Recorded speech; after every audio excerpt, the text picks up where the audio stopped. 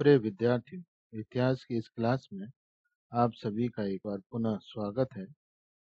इससे पहले वाले टॉपिक में इससे पहली वाली क्लास में हमने प्लासी के युद्ध के कारण के बारे में बात की थी।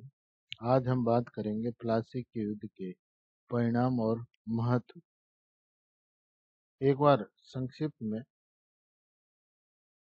प्लासी के युद्ध के कारणों पर बिंदुवार चर्चा करते हैं। प्लासी के युद्ध के प्रमुख कारण थे आंतरिक संघर्ष, अंग्रेजों द्वारा नवाब के विरुद्ध षड्यंत्र, अंग्रेजों द्वारा किलेबंदी करना, व्यापारिक सुविधाओं का उपयोग, अंग्रेजों द्वारा सिराजुद्दौला की मान्यता नहीं देना, नवाब बदलने की कोशिश, कलकत्ता पर आक्रमण, कालकोठरी की घटना और अंग्रेजों के द्वारा पुनः कलकत्ता पर अधिकार। इसके पश्चात अलीनगर की संधि संपादित हुई और संधि की जो प्रमुख धाराएं थी वो प्रमुख रूप से इस प्रकार थी। अंग्रेजों को मिलने वाली सभी व्यापारिक सुविधाएं के अतिरिक्त जो परिलाभ मुगल सम्राट के द्वारा दिए जा रहे थे, उन्हें सभी सुविधाओं को सिराजुद्दौला द्वारा स्वीकार कर लिया। बंगाल, बिहार, उड़ीसा में फ्री पास सुविधा जो फारूक सियाह के द्वारा ब्रिटिश ईस्ट इंडिया कंपनी को दी गई थी, उसे पुनः ज्यों का त्यों स्वीकार कर लिया गया। कलकत्ता आक्रमण के द्वारा नवाब के द्वारा लूटी गई अंग्रेजी सभी वस्तुएं वापस ब्रिटिश ईस्ट इंडिया कंपनी को लौटा दी। बंगाल में किलेबंदी करने का अधिकार अंग्रेजों को प्राप्त हो गया। साथ ही अंग्रेजों को सिक्के ढालने का भी अधिकार प्राप्त हो गया।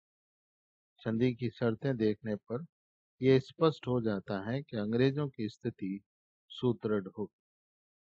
देखने पे ऐसा लग रहा था कि संधि सद्भावनाओं पर आधारित है, लेकिन संधि सद्भावनाओं पर आधारित नहीं थी।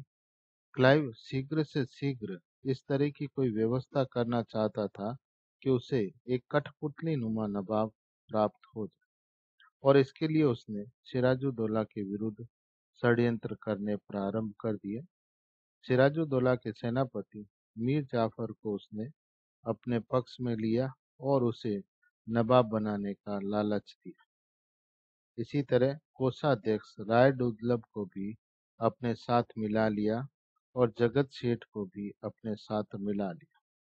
सेनापति मीर जाफर, राय दुर्लभ, जगत सेठ और क्लाइव के मध्य सूत्रधार का कार्य कर रहा था अमीचंद, जो अपने लाभ के लिए कार्य कर रहा था, और उसने 30 लाख और युद्ध पश्चात नवाब के कोष से प्राप्त होने वाले लाभ से 50% की बात की। क्लाइव ने इन सभी बातों को दो तरह के संधि पत्र के रूप में तैयार किया, एक सफेद कागज पर, दूसरे लाल कागज पर। सफेद कागज पर तैयार संधि पत्र सही या उसमें जो स्पष्ट बात थी उसका वर्णन किया गया। लाल कागज पर तैयार संधि पत्र पे उसने अमीचंद को दी जाने वाली सभी परिलाभ, जिस तरह की अमीचंद ने बात कही थी, उस सभी का वर्णन कर दिया। सेनापति वाटसन ने जब इस तरह के संधि पत्र पर हस्ताक्षर करने से इनकार किया, तो क्लाइव ने स्वयं ही वाटसन के जारी हस्ताक्षर कर संधि पत्र को जारी कर दिया।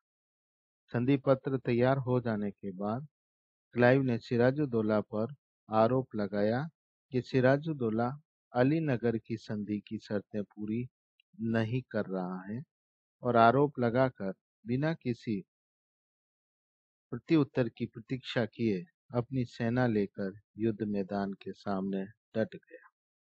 23 जून 1757 को दोनों सेनाओं के मध्य प्लासी नामक मैदान में युद्ध संपादित हुआ। पूर्वत षड्यंत्र के अनुसार सिराजुद्दौला का सेनापति अंग्रेजों के पक्ष में अपनी सेना लेकर अलग हो गया।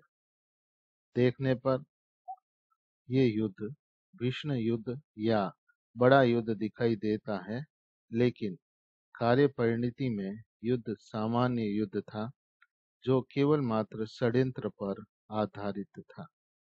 सिराजुद्दौला के सेनापति के रूप में मीर जाफर की सेना से अलग हो जाने के कारण सिराजुद्दौला की पराजय हो गई। मीर जाफर के पुत्र मीरन ने सिराजुद्दौला का वध कर दिया और क्लाइव ने बंगाल का नवाब मीर जाफर को घोषित कर दिया। इस तरह बंगाल के ऊपर अंग्रेजों ने अपने मनपसंद व्यक्ति को पद स्थापित करने में सफलता प्राप्त कर ली। अब हम बात करते हैं युद्ध के महत्व और परिणाम। अगर हम बात करें प्लासी के युद्ध के महत्व की, तो सबसे पहले हम देखेंगे राजनीतिक महत्व। प्लासी का युद्ध का भारतीय राजनीति के ऊपर क्या प्रभाव पड़ा। अगर इस दृष्टिकोण से हम बात करें तो इससे राजनीतिक भारत के लिए या ये स्थिति भारत की राजनीति के लिए अत्यंत घातक सिद्ध हुई। इसके द्वारा एक व्यापारिक संस्था के हाथों से राजनीतिक अधिकारों का समावेश हुआ और भारत में अंग्रेजी सत्ता कायम हुई। वस्तुतः ब्रिटिश राज्य के लिए अत्यंत ही महत्वपूर्ण यह युद्ध था। युद्ध के पश्चात मीर जाफर को बंगाल का नवाब बनाया गया, परंतु यह अयोग्य व्यक्ति था। उसकी अयोग्यता और कायरता का लाभ उठाते हुए अंग्रेज बंगाल के शासक बन गए। ब्रिटिश राज्य की सीमाएं विस्तारित हो गई। ब्रिटिश राज्य के विस्तार का मार्ग स्वतः ही साफ हो गया।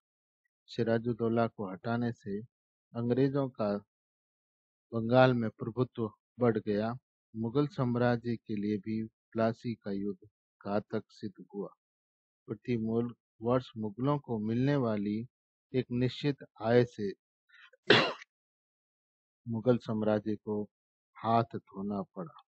अब हम बात करते हैं आर्थिक परिणाम की। इस युद्ध के द्वारा अंग्रेजों को काफी आर्थिक लाभ हुआ। मीर जाफर ने कंपनी को 1,17,00,000 रुपए दिए, जिससे कंपनी की आर्थिक स्थिति काफी मजबूत हो गई। बंगाल से की गई लूट से कंपनी सशक्त अवस्था में या आर्थिक स्थिति सुदृढ़ हो जाने के कारण अत्यंत शक्तिशाली कंपनी बनकर उभरी।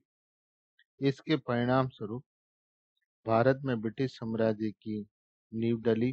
अंग्रेजों को पुनः व्यापार करने का एकाधिकार मीर जाफर ने कंपनी के माध्यम से दे दिया।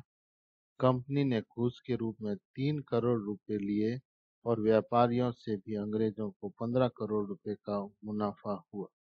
इस तरह राजनीतिक और आर्थिक दृष्टिकोण से यह युद्ध अंग्रेजों के लिए अत्यंत लाभदायक सिद्ध हुआ।